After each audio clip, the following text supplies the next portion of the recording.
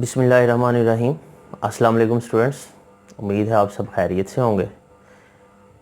Students, जैसा कि हमने पिछले टॉपिक में डिस्कस कर लिया था कि जी की वैल्यू जो है वो किस तरह से चेंज होती है हाइट के हिसाब से।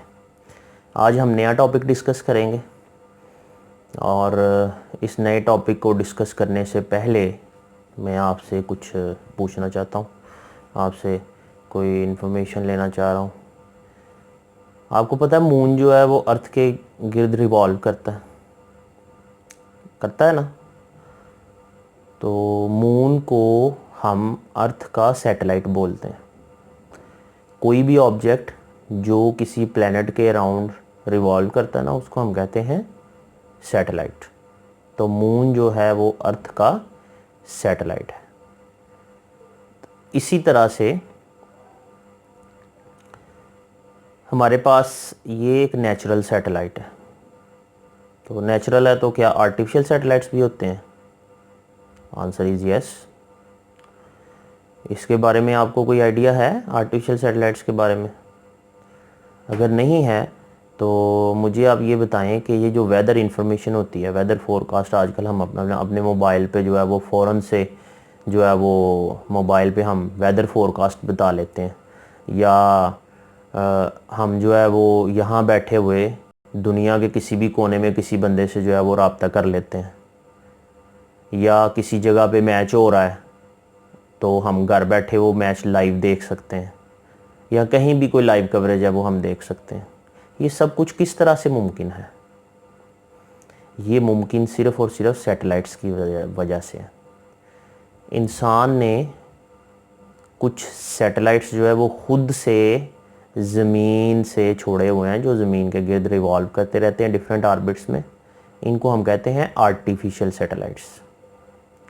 ये जो आर्टिफिशियल सैटेलाइट्स होते हैं इनके डिफरेंट पर्पसेस हैं। जैसे मैंने आपको बताया कि कम्युनिकेशन के लिए इनको इस्तेमाल किया जाता है, वेदर रिपोर्टिंग के लिए इस्तेमाल किया जाता है, स्पेस रिसर्च के लिए इस्तेमाल किया जाता है, और भी बहुत सारे इनके जो है वो यूजेस हैं। तो ये जो आर्टिफिशियल सैटेलाइट्स हैं, ये इन्होंने हमारी जो टेक्नोलॉजी है, ये कम्युनिकेशन की टेक्नोलॉजी है, इसको चेंज करके रख दिया।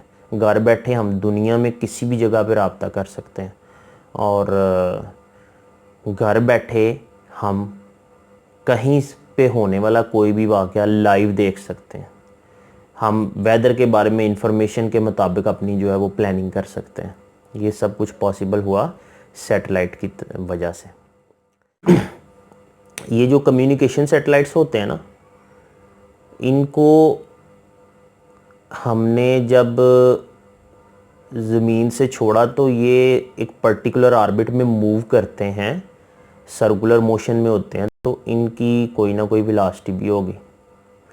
इनकी जो वेलोसिटी होती है ना, वो with respect to earth zero होती है। इनको हम जियो स्टेशनरी सैटेलाइट्स बोलते हैं। जियो स्टेशनरी क्यों बोलते हैं? जियो स्टेशनरी सैटेलाइट्स ऐसे सैटेलाइट्स होते हैं जिनकी अर्थ के हिसाब से जो वेलोसिटी है, रिलेटिव वेलोसिटी, अर्थ की जो रोटेशनल मोशन है और सैटेलाइट्स की जो सर्कुलर मोशन है, इन दोनों की जो वेलोसिटी है वो सेम होती है। यानी कि अर्थ जैसे जैसे अपने एक्सिस के गिर्द रिवॉल्व कर रही है, वैसे वैसे सैटेलाइट भी जो है वो अपने एक्सिस के गिर्द जो है वो अपने ऑर्बिट में जो है वो रिवॉल्व करता जा रहा है। तो ये जो कम्युनिकेशन सैटेलाइट्स हैं, इनको हमेशा जियो स्टेशनरी ऑर्बिट्स में जो है वो रखा जाता है।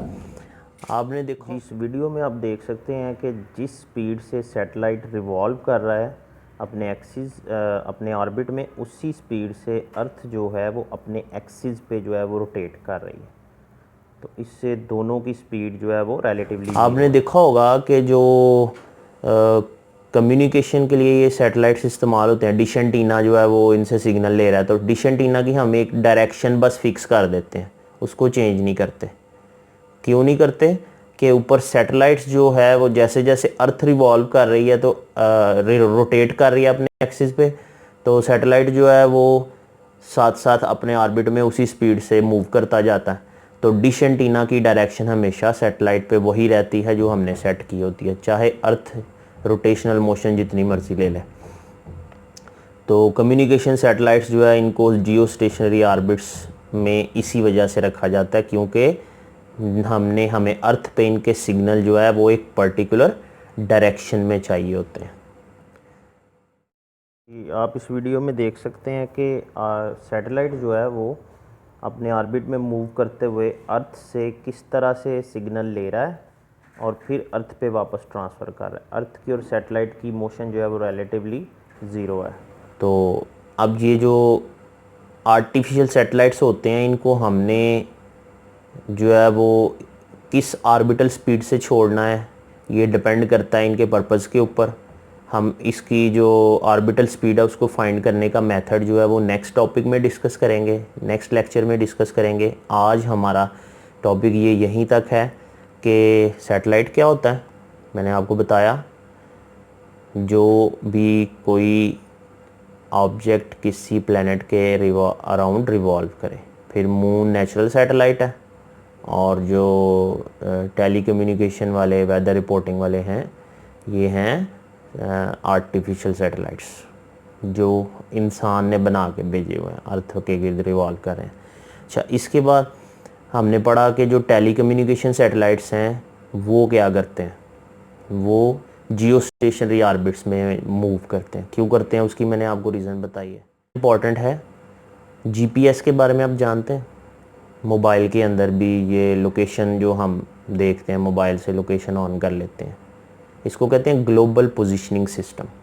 ये ग्लोबल पोजीशनिंग सिस्टम जो है ये 24 सैटेलाइट्स पे मुश्तमिल एक सिस्टम है और इस सिस्टम के ज़रिए क्या कर सकते हैं, हम ज़मीन पे किसी भी जगह पे किसी ऑब्जेक्ट की लोकेशन फाइंड कर सकते हैं। जैसे हम अपने मोबाइल की लोकेशन अगर ऑन करते हैं तो हमें पता चल जाता है मैप के हिसाब से कि हम कहाँ पे हैं।